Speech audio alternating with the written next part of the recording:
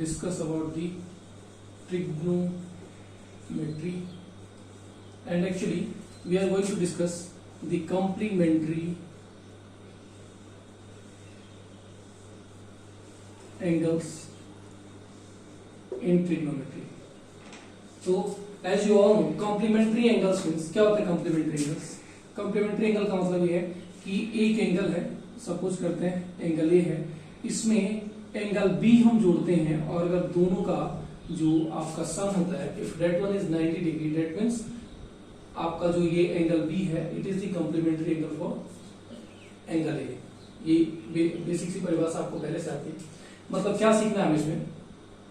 देखिए, दो चार चीजें हम एक बार और रिवाइज कर लेंगे। जैसे हमने पिछले क्लास में पढ़ा था, पिछले क्लास में हमने क्या पढ़ा था? रेशियोज। रेशियोज मतलब क्या? जो आपने पढ़ा था, जिसको हम कहते हैं साइन थीटा, सॉरी हम थीटा की बात नहीं करते, हम साइन की बात करते हैं, कॉस की बात करते हैं, टेन की बात करते हैं। अगर आपने पिछला क्लास नहीं भी देखा है तो एक बार इसके एक ग्लिम्स ले लेंगे आप, तो आपकी समझ में आगे की चीजें आने लगेंगी। साइन, कॉस, टेन, एक होता है आपका सेक, देन कोसेक, और then last one is cot. ये आपकी क्या होती है? These are the 6 ratios. ठीक है, ये किस चीज की रेशियो है? तो जैसा कि प्रीवियस क्लास में हमने डिस्कस कर लिया था, ये जो रेशियोज है ना, एक्चुअली ये दो किसी भी साइड्स की है। ठीक है, एक आपका ट्राइंगल है, राइट एंगल ट्राइंगल है ऐसा एक, फॉर एग्जांपल इसको हम लेते हैं 90 डिग्री है, और ये आपका this one is A, this one is B and this one is सी।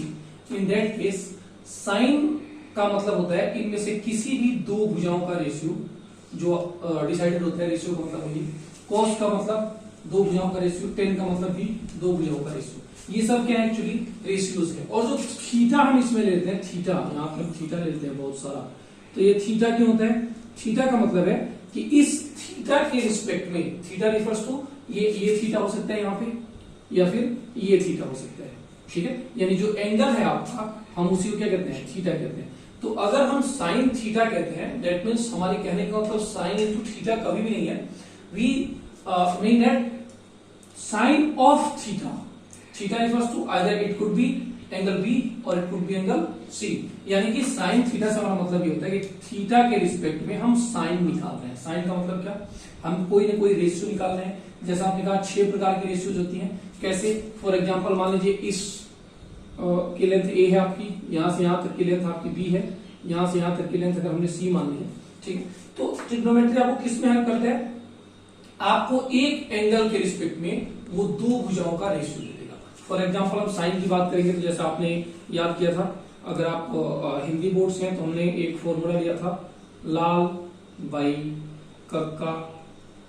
ठीक है, और सीबीएसई बोर्ड के लिए हमने लिया था perpendicular P B base and P B P by H H B, simple. ठीक है, ये आपके रेशियोज थे। ये किसका था? पहला वाला रेशियो साइन का था, दूसरा रेशियो कॉस का था, तीसरा रेशियो आपका टेन का था। यानी अगर मैं साइन की बात करूंगा तो sine is the ratio of two sides, और वो कौन कौन सी साइड्स होंगी? Which are perpendicular and hypotenuse, that means लंब और कर्ण। इसको हम ऐसे याद करते हैं, ये एल फॉर लंब और ये आपका कर्ण। ठीक है, तो इसी तरह हम कॉस की बात करेंगे तो कॉस हमें क्या देगा? Cos is also a ratio, तो दो भुजाओं का रेशियो देगा। कौन सी दो भुजाओं का रेशियो कॉस देगा हमें? हिंदी में कहेंगे तो आधार और कर्ण का, अंग्रेजी में कहेंगे तो बेस और हाइपोटेन्यूज का। ठीक है, अगर हम टेन की बात करेंगे तो टेन हमें क्या देगा? रेशियो देगा। ये सब क्या है आपके? थीटा को छोड़ देते हैं, तो ये सारी चीजें क्या है? आपकी रेशियोज है। किसकी रेशियो? इनमें से किन्हीं दो भुजाओं की रेशियो, और किसकी रेशियो है उसके हिसाब से डिसाइड होता है कि साइन है, कॉस है या टेन है। तो ये चीजें आपको याद है। इसके अलावा हमने क्या कहा था? हमने कहा था कि साइन जो होता है इसका ठीक इनवर्स होता है कोसेक, कॉस का होता है सेक, और टेन का होता है कॉट। इतना हमने पढ़ लिया था। इसके अलावा दो चीज और हमने पढ़ी थी कि अगर आप टेन थीटा की बात करते हैं तो टेन थीटा की एक वैल्यू और होती है, यानी कि वो वैल्यू होती है आपकी sine theta by cos theta. इसी तरह अगर आप कॉट की बात करते हैं तो कॉट थीटा की वैल्यू होती है इसके ठीक उल्टा, cos theta by sine theta. इतनी चीजें आप पढ़ चुके हैं अब तक। ठीक है, पिछले वीडियोज में सब कुछ आपको पता चल चुका है। इसने आपने इसी चीजें यहाँ देख ली। इसके बाद आपने ट्रिग्नोमेट्रिकल वैल्यूज भी देख रखी है। ट्रिग्नोमेट्रिकल वैल्यूज मतलब क्या? हम निकाल रहे थे वैल्यू, तो हमने क्या किया था? ऐसा एक ग्राफ बनाया था। मैं एक बार और बना के आपको दिखा देना चाहता हूँ। ताकि आपको ये चीजें भूलें नहीं। ऐसे हम बना लेते हैं। फिर हमने क्या किया था, यहाँ पे हमने लिया था 0 डिग्री। अगर हम थीटा की वैल्यू 0 डिग्री लेते हैं, यहाँ पे 30 डिग्री लेते हैं, यहाँ पे हमने थीटा की वैल्यू ले ली थी 45 डिग्री, यहाँ पे हमने ले ली थी थीटा की वैल्यू 60 डिग्री, और यहाँ पे हमने ले ली थी थीटा की वैल्यू 90 डिग्री। ठीक है, और ये आपका रेशियो था। मान लीजिए ये थीटा की वैल्यूज है, ये आपका साइन के रिस्पेक्ट में है, मतलब थीटा के रिस्पेक्ट में साइन, ये कॉस, ये आपका टेन। ठीक है, अब इसी के अकॉर्डिंग आप निकाल लेंगे क्या, यहाँ पे आप निकाल लेंगे सेक, यहाँ पे आप निकाल लेंगे कोसेक, और यहाँ पे आप निकाल लेंगे कॉट। ठीक है, तो अगर कभी ऐसा दिया हो, थीटा की जगह पे कोई मान दिया हो, जैसे ऐसा दिया हो कि साइन 0 डिग्री की वैल्यू आप बताइए, तो थीटा मतलब एंगल जो है उसने बता दिया है, तो हमें क्या करना होता है, मैंने आपको बताया था आपको क्या करना है, यहाँ पे सीधे 1 2 3 0 शुरू करेंगे, 0 1 2 3 और 4 ऐसे लिख लेना है। उसके बाद आपको इन सभी को अंडर रूट में कर देना है, याद रखेंगे आप इस ट्रिक को, ये सब आपके अंडर रूट में हो जाएंगे। उसके बाद इन सभी का आपको हाफ कर देना है, आपको वैल्यूज मिल जाएंगी, सबका हाफ कर दो, ये रिस्पेक्टिव वैल्यूज होंगे। तो यहाँ पे वैल्यू क्या आई, जब मैंने 0/2 किया तो मुझे 0 आई, यहाँ पे अंडर रूट 1/2, तो ये क्या हो जाएगा आपका 1/2 हो जाएगा। ठीक है, इसकी हम बात करेंगे अगर, तो ये क्या हो जाएगा आपका, ये हो जाएगा आपका 1/√2। कैसे हो जाएगा ये आपको पता है, ये √2 है, ये 2 है, तो इसको 2 बार तोड़ेंगे तो √2 और √2 होगा, एक √2 कट जाएगा आपका, ये आपका सेम रह जाएगा। इसकी बात करेंगे तो ये ऊपर 2 हो जाएगा, नीचे 2 हो जाएगा, तो इसकी वैल्यू कितनी हो जाएगी, 1 हो जाएगी। आगे बात समझो। अब हम क्या करेंगे, ये करने के बाद इसके आप स्क्रीनशॉट लेना चाहते हैं, पहले स्क्रीनशॉट ले लेंगे, तरीका आपको याद होना चाहिए। ठीक है, उसके बाद आप क्या करेंगे, आप जस्ट इसको मिटा दीजिए, सिंपल। अब ये जो चीज आपको मिल के आई ना, यही इसकी क्या है, रिस्पेक्टिव वैल्यूज है। तो ये वैल्यूज आपको इस तरह से याद करने में ज्यादा मेहनत नहीं करनी पड़ेगी, बहुत आसानी से वैल्यूज आ जाएगी। अब हम क्या करेंगे, साइन के रिस्पेक्ट में वैल्यू मिल गई, तो साइन 0 से 90 तक हम क्या देख रहे हैं कि वो 0 से लेके और 1 की तरफ बढ़ता चला जाता है। ठीक इसी तरह कॉस की बात करेंगे तो हम क्या करना है, इसको ऐसे उलाट देना है, मतलब 90 वाली वैल्यू, मतलब अब इसको हम इधर से लिखना शुरू कर देंगे, यहाँ 1, फिर यहाँ पे ये था आपका √3/2। ठीक है, तो अब यहाँ पे अंडर रूट आपका हो जाएगा 3/2, यहाँ पे हो जाएगा आपका 1/√2, और यहाँ पे आपका क्या हो जाएगा 1/2, और यहाँ पे आपका क्या हो जाएगा 0।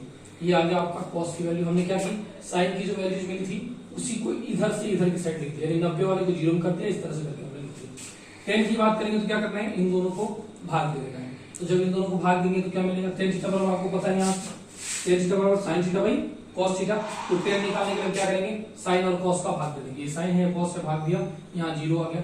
ये जब हमने भाग दिया तो उस कंडीशन में 2 से 2 कट गया, √3 आ गया। ठीक है, यहाँ देख लो आप, √3/2 इंटू 2/1, ये कट गया, √3 आ गया। 45 की बात करोगे ये दोनों कट जाएंगे, 1 आ जाएगा। 60 डिग्री की आप बात करोगे तो उस कंडीशन में क्या हो जाएगा आपका √3/2 और इंटू 2/1। ठीक है, ये गड़बड़ हो गया,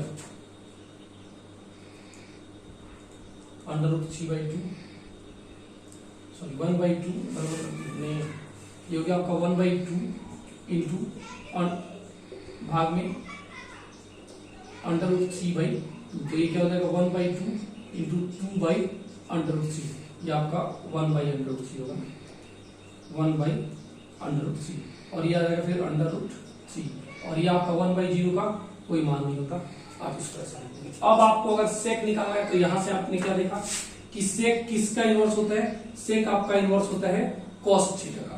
तो हम cos थीटा का 3 इनवर्स लिख देंगे, सेक निकल जाएगा, यानी 1/0 को हम क्या लिखें यहाँ पे 1/0, 1/0 का मतलब क्या हो गया आपका, ये अनडिफाइंड हो गया, 1/2, और इसको उल्टा रखेंगे तो क्या हो जाएगा आपका 2 हो जाएगा।